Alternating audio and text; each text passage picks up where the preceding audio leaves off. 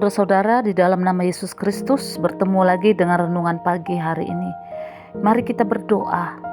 Bapa, kami akan mendengarkan firman-Mu. Berkata-katalah kepada kami di pagi hari ini dengan firman Tuhan, sehingga kami lebih mengerti, mengenal, dan melakukan firman Tuhan dengan sukacita setiap hari. Berkati kami Bapa, di dalam nama Yesus kami berdoa. Amin.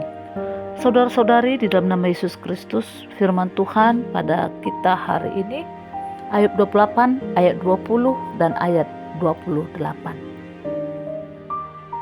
Hikmat itu dari manakah datangnya, dan akal budi di manakah tempatnya? Ayat 28. Tetapi kepada manusia ia berfirman, sesungguhnya takut akan Tuhan itulah hikmat, dan menjauhi kejahatan adalah akal budi. Saudara-saudari, di dalam nama Yesus Kristus, Ayub menjawab pertanyaan tentang dari mana datangnya hikmat. Ia berkata, sesungguhnya takut akan Tuhan itulah hikmat, dan menjauhi kejahatan itulah akal budi. Saudara-saudari, sesungguhnya Ayub adalah seorang yang bijaksana dan berhikmat. Pertanyaannya, apakah itu takut akan Tuhan? Takut akan Tuhan berarti penghormatan yang penuh kasih kepada Tuhan, terkait siapa Dia, apa yang Dia katakan, dan apa yang Dia lakukan. Takut akan Tuhan bukanlah rasa takut yang melumpuhkan, sebaliknya rasa takut yang memberi energi.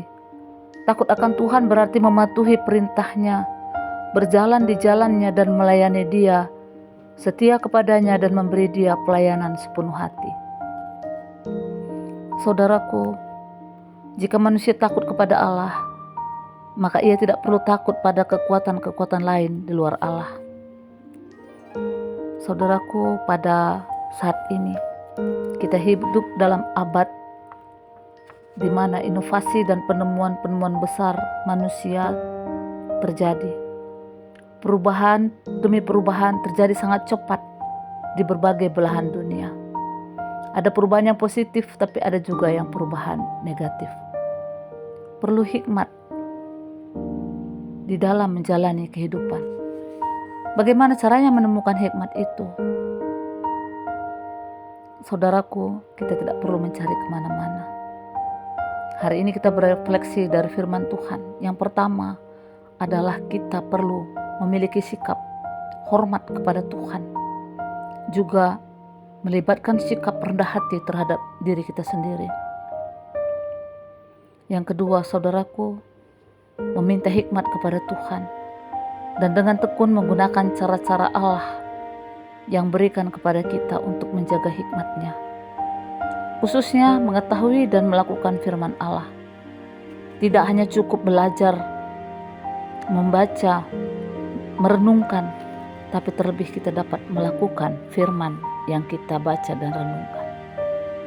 Selanjutnya, saudaraku, yang ketiga, kita dapat belajar berhikmat ketika kita bersekutu dan berbagi dengan orang-orang percaya lainnya. Sebagai orang yang percaya kepada Tuhan Yesus, penting bagi kita untuk berfokus pada Kristus, karena Dia adalah hikmat kita. Di dalam Yesus tersembunyi segala harta hikmat dan pengetahuan. Semakin baik kita mengenal Kristus dan semakin kita menjadi seperti Dia, maka kita akan berjalan dalam hikmat dan memahami kehendak Tuhan. Kita harus membiarkan Roh Kudus membuka mata hati kita, sehingga kita dapat melihat Allah di dalam firman-Nya dan memahami lebih banyak lagi kekayaan yang kita miliki di dalam Kristus. Kita senantiasa ingat Tuhan adalah sumber hikmat dan akal budi. Kita harus terus hormat, hidup dalam hikmat Tuhan. Amin. Mari kita berdoa. Terima kasih Bapa, kami belajar dari Ayub. Walaupun dia menderita, mengalami persoalan, tapi dia tetap hidup dalam hikmat Tuhan. Sesungguhnya takut akan Tuhan itulah hikmat.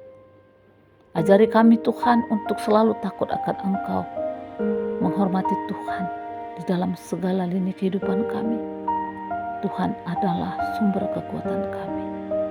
Engkau sumber hikmat kami. Ajar kami di dalam menjalani hidup ini terus percaya, melakukan firman Tuhan, dan berhikmat menjalani hidup ini. Terima kasih Bapa, dalam nama Yesus Kristus kami berdoa. Amin.